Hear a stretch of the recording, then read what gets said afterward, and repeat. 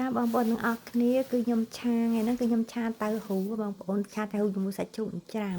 ដូច្នេះរាល់ដងយើងទម្លាប់យកតៅហ៊ូមកបំពងតែថ្ងៃនេះខ្ញុំអត់បំពងទេគឺតៅហ៊ូខ្ញុំគិតជាខ្ញុំកាត់ជាចំណិតទូចហើយគឺខ្ញុំយកមកស្រុះទឹកក្តៅតែម្ដងចាគឺខ្ញុំអត់បំពងទេគឺខ្ញុំធ្វើខុសប្លែកពីធម្មតាកាលណាយើងយកមកស្រុះទឹកក្តៅគឺតៅហ៊ូវានៅរៀងទន់វាអត់រៀងស្វិតវាអត់រឹងអីអញ្ចឹងណាចាហើយក្រោយពេលដែលយើងដាក់តៅហ៊ូស្រស់ហ្នឹងគឺយើងយកកណាត់ឲ្យយើងជូតចក្រានជូតអីកុំឲ្យវាខាតពេលវេលាចាចឹងហើយឥឡូវតៅហ៊ូយើងចិត្តបានហើយណាបងប្អូនចាកាលឥឡូវតៅហ៊ូយើងមើលទៅរៀងឆ្អិនហើយល្មមហើយក៏យើងស្រង់តៅហ៊ូចេញចាយើងស្រង់តៅហ៊ូដាក់ឲ្យវាស្រស់ទឹកចាយើងស្រង់ឲ្យអស់ទៅយើងស្រង់ឲ្យអស់ហើយយើងដាក់ទឹកឲ្យសុំយើងស្រង់អស់ហើយយើងដាក់ឆាបងប្អូនចាគឺយើងដាក់ឆាយើងដាក់ខ្ទះឆាយើងឆាបងប្អូនខ្ញុំសេចក្រាមិនខ្ញុំដាក់ខ្ទឹមសសិនណាបងប្អូនចាខ្ញុំដាក់ខ្ទឹមសរួចហើយមកខ្ញុំដាក់សាច់ជ្រូកច្រាំបងប្អូនចាមកខ្ញុំដាក់សាច់ជ្រូកច្រាំខ្ញុំខ្លះសេបងប្អូនខ្ញុំខ្លះសេពេលយកមកឆានេះវាទៅបានម៉ត់អីបងប្អូនវានៅជាប់នឹងដុំណាដោយសារខ្ញុំខ្លះសេបងប្អូនខ្ញុំធ្វើពេលល្ងាចចាកុំឲ្យយើងខកខានពេលវេលាអញ្ចឹងបងប្អូនចាវាហើយវារៀងស្ទើរប្រេងអញ្ចឹងខ្ញុំថែមប្រេងបន្តិចបងប្អូនចាខ្ញុំថែមប្រេងបន្តិច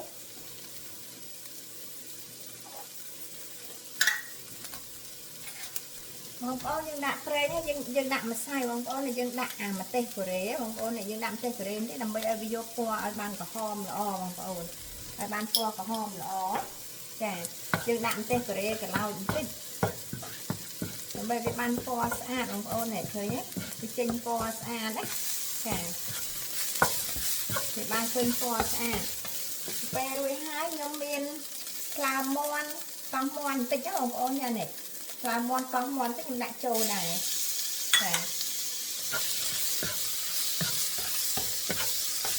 ដាក់ចូលហើយខ្ញុំឆាវារៀងឆ្អិនតិចហើយយើងដាក់គ្រឿងគឺខ្ញុំមានស៊ុបខ្នុរយើងដាក់ស៊ុបខ្នុរណាបងប្អូនចាយើងដាក់ស៊ុបខ្នុរបន្តិចទៅចាយើងដាក់ស៊ុបខ្នុរបន្តិចទៅហើយយើងដាក់ទឹកត្រីបងប្អូនយើងដាក់ទឹកត្រីបន្តិចទៅហ្នឹងហើយដាក់ទឹកត្រីទឹកត្រីហើយ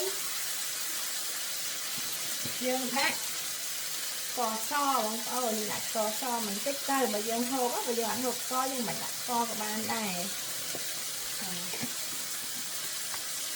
បងប្អូនខ្ញុំច្រឡំអាវគ្គមុនហ្នឹងអានេះបងប្អូនហ្នឹងគឺត្រីខ្យងណាបងប្អូនចាត្រីខ្យងហើយខ្ញុំចាក់មិញហ្នឹងខ្ញុំច្រឡំបងប្អូនចាពេលនេះណាបើយើងដាក់ទឹកខ្នុរបងប្អូនយើងដាក់ទឹកខ្នុរចូលមក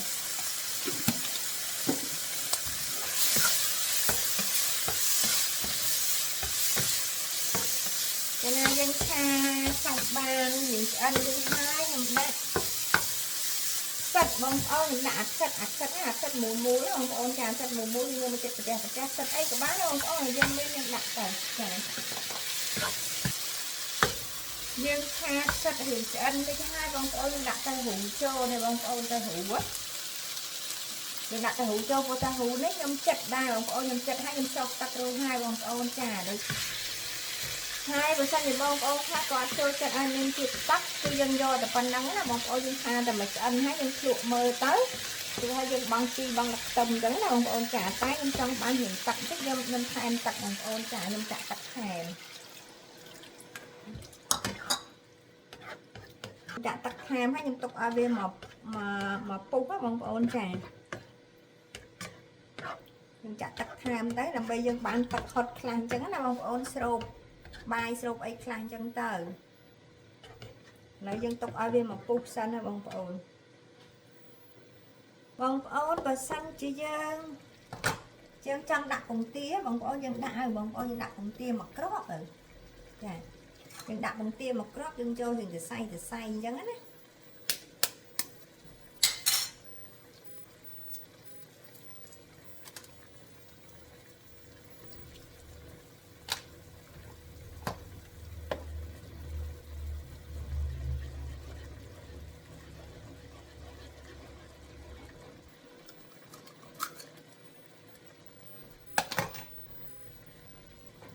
nhầm thơ nhé đầm bay ai bông tia đó vì khơi xa đó bông ôn chàng ai bông tia nó vì miền được xài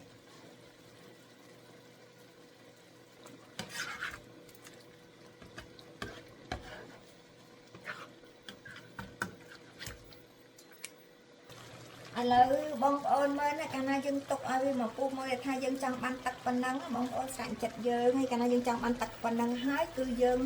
ឈប់ណាបងប្អូនចា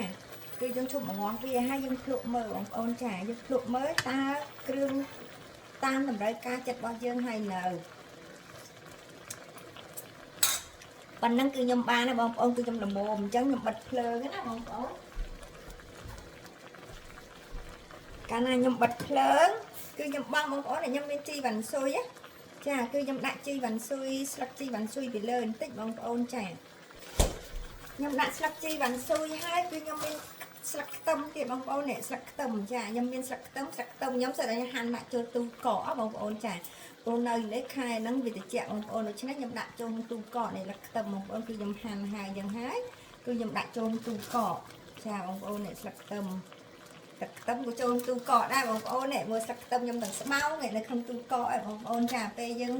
ហូបយើងយកមកបង់សឡអញ្ចឹងទៅធម្មតាទេបងប្អូនអត់អីទេវាធម្មតាវិញទេរសជាតិទឹកខ្ទឹមយើងដដែលចាដូច្នេះរួចរាល់ណាបងប្អូនចាយើងមើលនេះរួចរាល់ហើយគឺមកហូបឆាតៅហ៊ូជាមួយផ្សិតជាមួយតែជុំច្រាំបងប្អូនចាគឺឆ្ងាញ់ណាបងប្អូនគឺមើលទៅរសជាតិអូយគួរឲ្យឆ្ងាញ់ហ្មងបងប្អូនចាអរគុណបងប្អូនទាំងអស់គ្នាដែលបានមានការតាមដានម្ហូបរបស់នាងខ្ញុំចានេះគឺម្ហូបរបស់នាងខ្ញុំណាបងប្អូនចាគឺខ្ញុំមិនដឹងថាម្ហូបនេះមានក្បួនមកពីណាបងប្អូនចាគឺខ្ញុំធ្វើដោយខ្លួនឯងឯងបងប្អូនចង់ដឹងថាឆ្ងាញ់ឬមិនឆ្ងាញ់បងប្អូនសាកមើលតាមខ្ញុំចាអរគុណ